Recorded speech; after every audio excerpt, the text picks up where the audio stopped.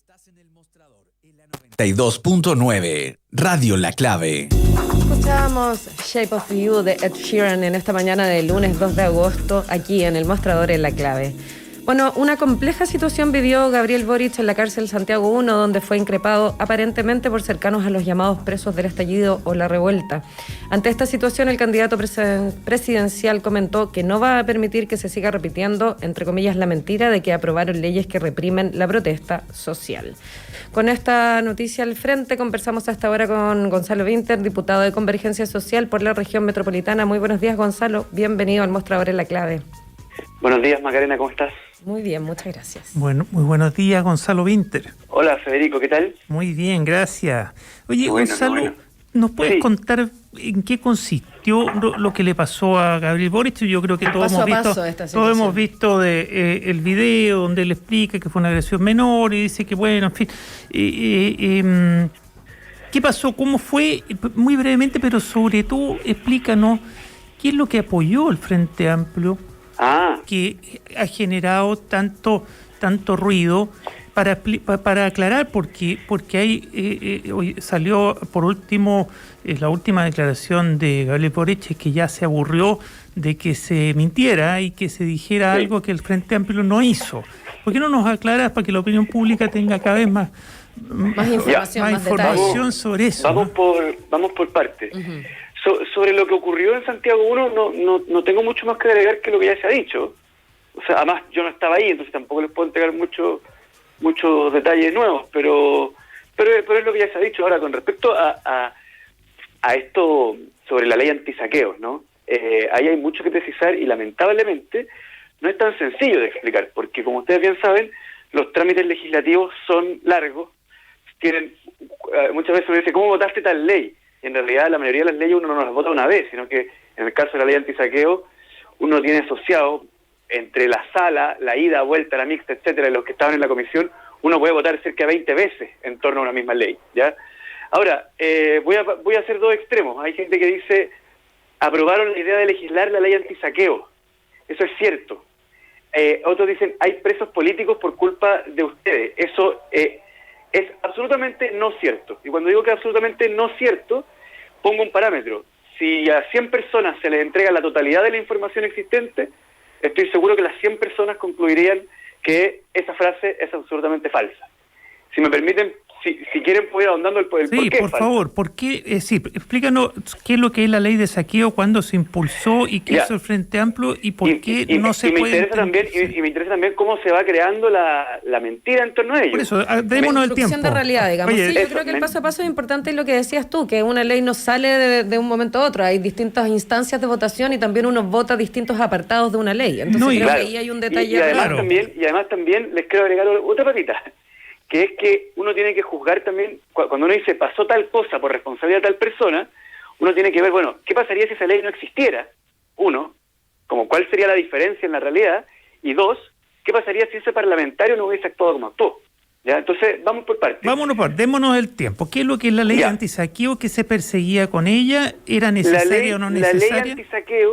La ley antisaqueo es un proyecto de ley del presidente Piñera que presenta poco tiempo después del estallido social, en donde se retipifica el saqueo, y ahí había un problema que tiene que ver con técnica del derecho penal, digamos, tanto así que uno de los que recomendaron votar a favor fue gente de la Defensoría Penal Pública por un tema de tipificación del saqueo, que estaba mal tipificado, ¿ya? Y había otra ley que llevaba mucho tiempo, que era de iniciativa parlamentaria, que modificaba la forma en que se persigue las barricadas, el lanzamiento de objetos contundentes a carabineros, etcétera, etcétera, etcétera. Y se fusionaron en la comisión. Fue además, esto igual hay que agregarlo porque le da contexto, fue un periodo en que el gobierno post-estallido social empieza a tramitar leyes de una manera muy veloz. Por lo tanto, el Congreso estaba sacando leyes de una manera, a mi juicio, un tanto frenética, con la urgencia. Y como todos sabemos, en cualquier trabajo, hacer las cosas de manera frenética también baja el rigor con que se trabaja, ¿ya? El presidente anuncia esta ley y el Frente Amplio aparece en todos los medios diciendo vamos a votar en contra, ¿ya? La cosa es que durante la tramitación de la ley aparecen estos artículos que no tienen que ver con el saqueo, que tienen que ver con las barricadas, que tienen que ver con el lanzamiento de objetos contundentes, se tipifica el delito de impedir la circulación de las ambulancias y de impedir la circulación de los bomberos también. Entonces empieza a ser una ley miscelánea, en donde en el último artículo se agrega el tema el tema que le da el nombre a la ley, que es la nueva tipificación del saqueo, ¿ya? Curiosamente, en la comisión también se vota la idea de legislar, y las diputadas del Frente Amplio que están en esa comisión, Gael Jomans y Maite Orsini, votan en contra de la idea de legislar en la comisión, ¿ya? Pero resulta que empieza a haber una discusión sobre la necesidad, varias cosas, la necesidad de separar lo que es el saqueo de la legítima protesta.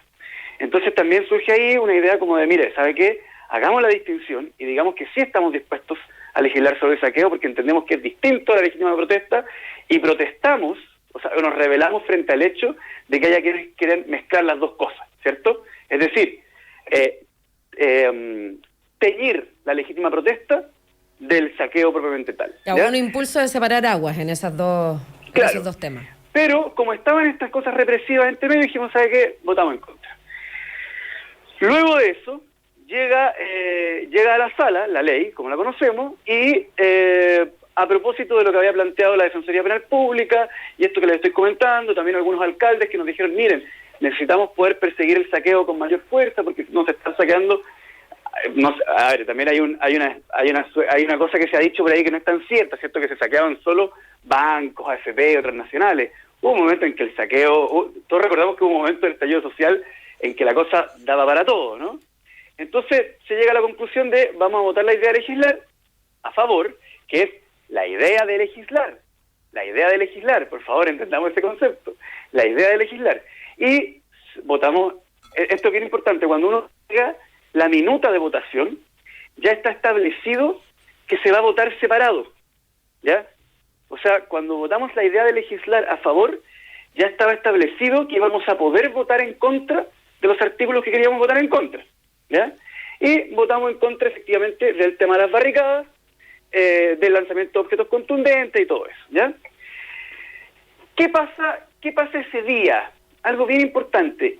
El gobierno había anunciado otra ley que se llamaba la ley anticapucha, que es otra ley, que no tiene ni una relación con esta. Pero cuando se aprueba la idea de legislar, hay una diputada, que es la diputada Pamela Giles, que dice, la próxima vez que ustedes estén encapuchados, los tomen detenidos, esto lo dice por Twitter, denle gracias a Giorgio Jackson y Gabriel Boric, ¿ya? Eso no es una tergiversación de los hechos, eso es una flagrante mentira nomás, porque la ley a la cual ella hace alusión existe, y nunca ha entrado a la Cámara de Diputados.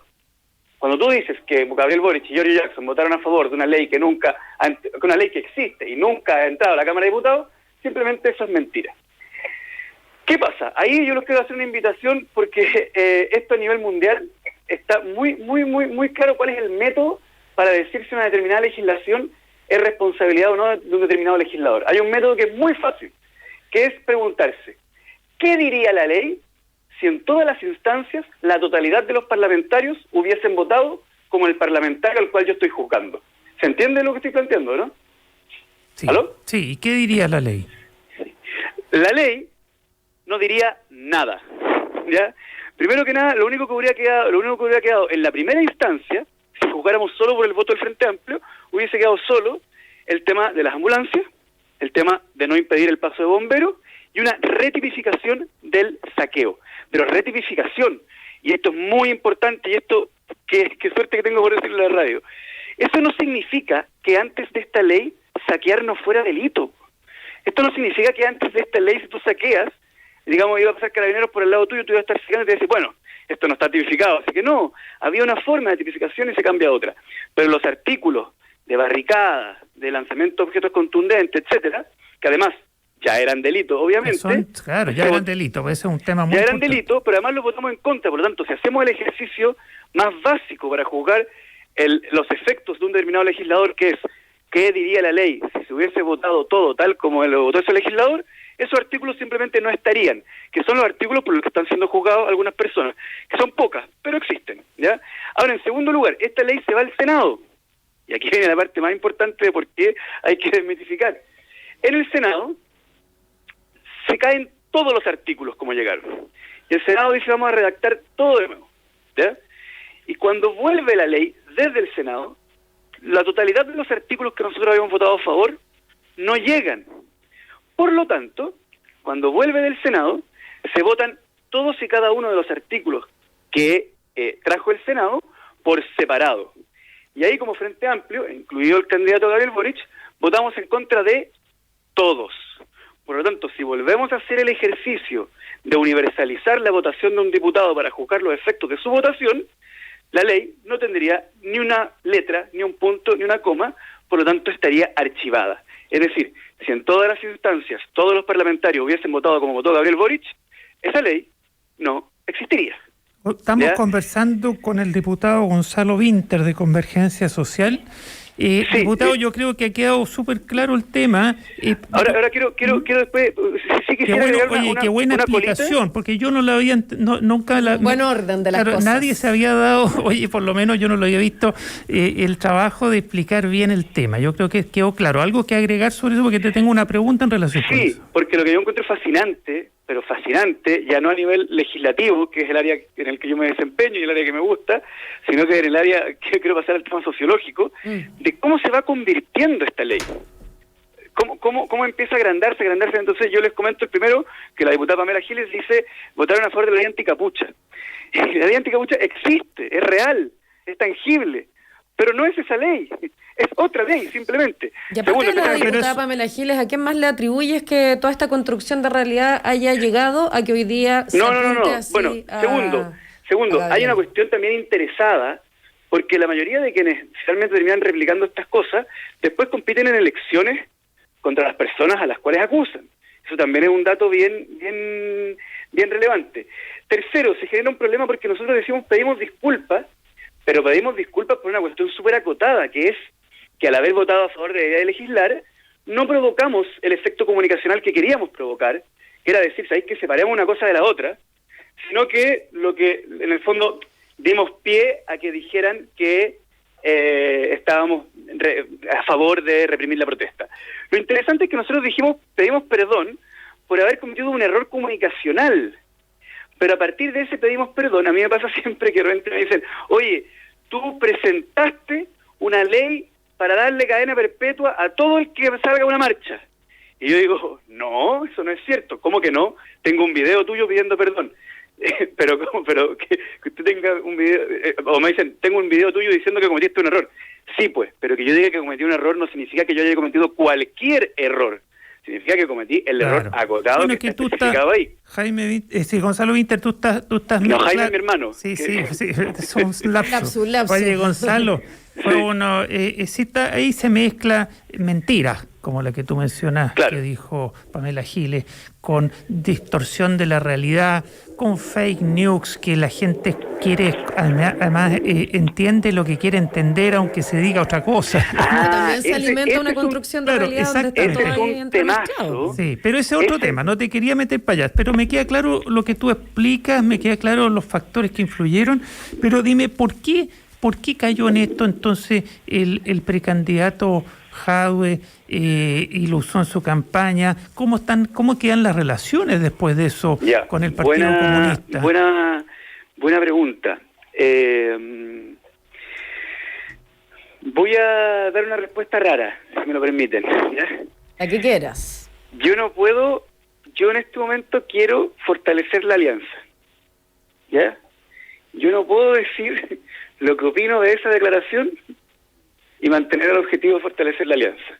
Por lo tanto, cuando la alianza esté bien fortalecida, yo les pido que me llamen de nuevo y les comento, pero ahora, hablando en serio, simplemente yo creo que lo que dijo no es cierto nomás, y hay que continuar y hay que seguir adelante porque yo creo en esta alianza y creo que esta alianza es mucho más importante que las cosas que se hayan podido decir en campaña. Ahora, un último comentario, porque esta cuestión terminó en Boric, es muy curioso, porque muchas veces, porque a mí también me increpan en la calle por esta ley, se mezcla con el acuerdo.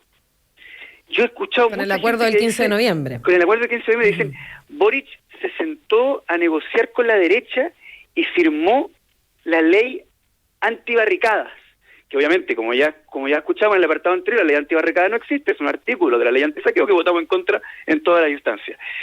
Y eso es bien interesante, porque esta cosa de mezclar las dos, ¿por qué quiero hacer la distinción entre ambas? Porque el rol de Boric en ambas es muy radicalmente distinto. En el acuerdo del 15 de noviembre es efectivo que Gabriel Boric tiene un protagonismo de principio a fin. De principio porque es uno de los primeros que dice aquí hay que hacer algo, digamos, no solamente la tesis Boric, que la dijo siempre con claridad, el rol de los parlamentarios de izquierda no es solamente ser el espejo de la rabia, sino darle algún tipo de conducción y obtención de algunas ganadas, ¿cierto? Salida institucional. Claro, es parte de las negociaciones, después su partido, del cual soy parte, no le da la autorización para firmar. La ley antisaqueo, y quiero ser bien honesto, Gabriel Boric, como la mayoría de los parlamentarios, lo que hace es, en una comisión en la que no está, en un día en que se votaron, 7 otras leyes aparte, ya Gabriel Boric lo que hizo fue seguir la recomendación que le hace el equipo jurídico del partido, que está integrado por las parlamentarias del Frente Amplio, que están en esa comisión. Por lo tanto, en ese episodio, Boric no tiene protagonismo alguno, pero alguno. O sea, él lee el comparado y a él se le explica, como se me explicó a mí también, digamos, la misma mañana en que se vota, porque, ojo, esta ley además tiene la particularidad de que salió de la comisión el mismo día en que se votó, lo cual no es normal, es algo propio de estar legislando apurado. Y se nos explica, mira, la conclusión a la que llegamos es que vamos a votar a favor de legislar, pero en contra de todo esto porque eso está mal. ¿Y por qué se votó tan apurado? ¿El gobierno le dio tramitación inmediata? ¿Le dio urgencia? Sí. No, y fueron días en que el gobierno metió muchas leyes para intentar aplacar el estallido, lo cual no estoy haciendo ninguna denuncia de algo grave, estoy tratando de dar a entender el contexto, que cuando se acusa a Boric de haber firmado un acuerdo con la derecha, ¿cierto? Que el acuerdo del 15 de noviembre, eso es cierto, correcto, efectivo. No, y no fue con la derecha, fue con todo el espectro político. No fue solo con la derecha, fue con todas las fuerzas del Congreso. Pero eso incluye a la derecha, y por lo tanto el que diga eso de Gabriel Boric tiene toda la razón, y yo creo que Gabriel Boric está orgulloso de eso, por lo tanto no hay ningún problema, lo podemos explicar, pero en el otro no tiene protagonismo alguno, no es parte de ningún debate previo al instante de la votación misma. Ya son las 9:31. Gonzalo Vinter, diputado de Convergencia Social por la región metropolitana. Tenemos que cerrar esta conversación, pero te quiero traer un poquito a estos días, este presente continuo de candidaturas presidenciales. ¿Qué piensa el Frente Amplio de la lista del pueblo, de este preanuncio de que van a ya informar de una candidatura presidencial? ¿Se le están metiendo por los palos por la izquierda o no? Gonzalo Vinter. En términos, Federico Llanón le gustan mucho estos dichos. Es que en términos hípicos, ¿no? En términos hípicos. Para mí la existencia de la lista del pueblo es positiva. Y de hecho, al calor de este tema de las funas y todo eso, ¿por qué es positiva? Porque yo creo que somos un país que estuvo muchos años exageradamente despolitizado y que surjan, y hoy en día está mucha gente politizándose. Mucha gente que no estaba interesada, que no seguía la política, se está metiendo, se está involucrando, está averiguando, está investigando, está opinando, está discutiendo política en su casa, y lo mejor que le puede hacer al país es que haya nuevas expresiones para que esa gente pueda sentirse representada. Ahora, yo tengo diferencias fundamentales con la lista del pueblo, el rol de los partidos políticos, creo que ellos están al debe en explicar cuál es su propia posición frente a la democracia y el rol de los partidos políticos en ella, porque se presentan como antipartidos, ¿ya?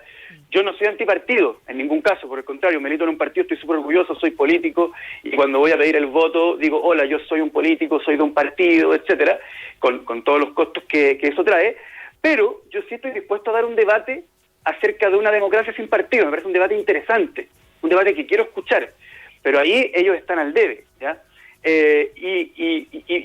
Y al calor de este tema de los funas y todo, es muy importante que existan nuevas expresiones para que la ciudadanía sienta que tiene donde canalizar su propia visión. Por tanto, que saquen una nueva candidatura es positivo. Yo creo que mientras más gente haya en esa papeleta, más gente puede verse reflejada y puede ver canalizadas sus dolores, frustraciones, etcétera, en esa coyuntura. Ahora, por último, quisiera comentar algo que la semana pasada el diputado Boric nuevamente dijo algo de Jorge Char que el Mostrador interpretó como un palo.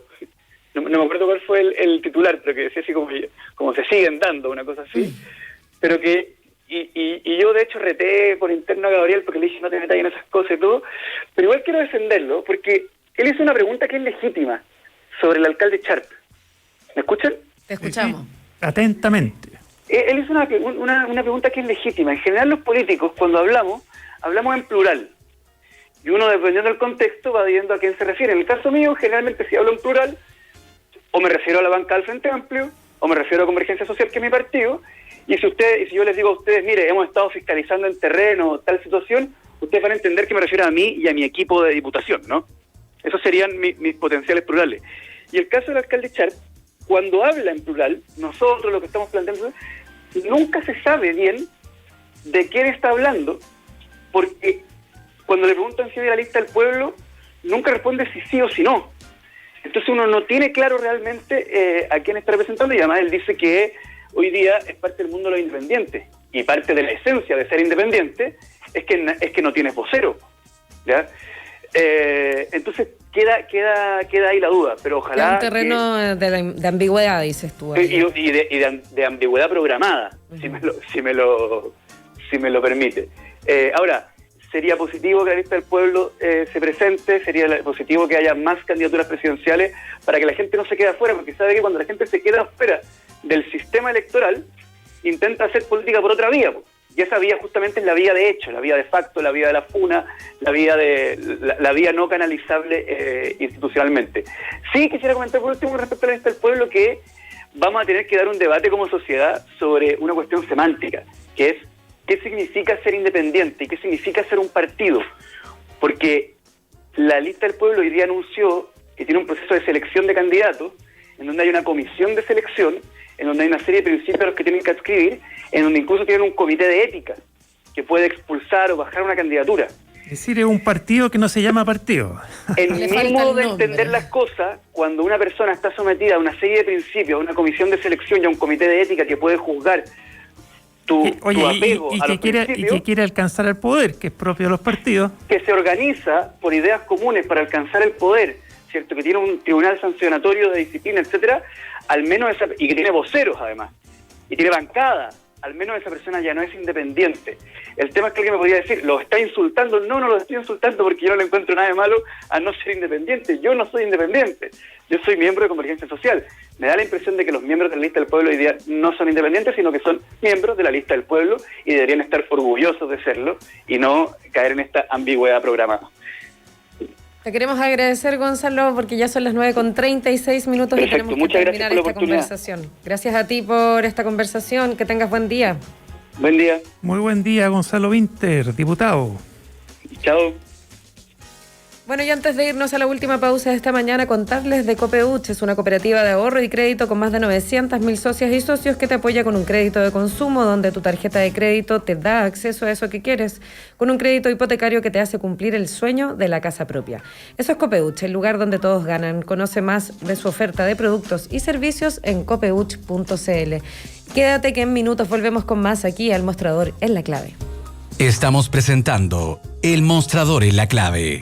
Información con la independencia que nos caracteriza.